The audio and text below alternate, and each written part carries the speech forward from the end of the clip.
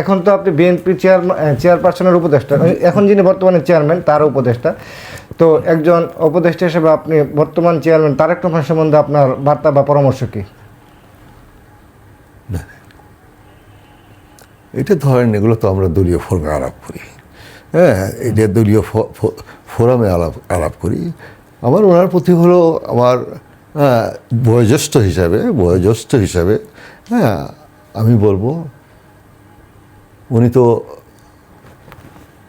ওনার বাবাকে দেখেছেন, কত জনপ্রিয় একটা প্রেসিডেন্ট ছিলেন। ওনার মা কত জনপ্রিয় ছিলেন নিজের চোখে দেখলেন। মানুষের মনে কীরকম মানুষের মনের ভিতরে ঢুকে গিয়েছিলেন তারা। তো এর চেয়ে বড় স্যাটিসফ্যাকশন আর কি একটা সন্তানের আর কি হতে পারে?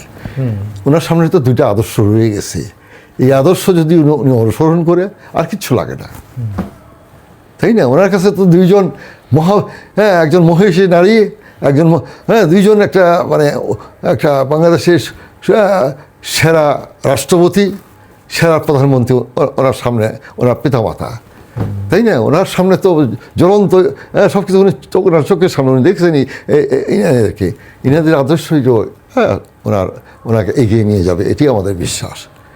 আপনার প্রশ্ন করেন।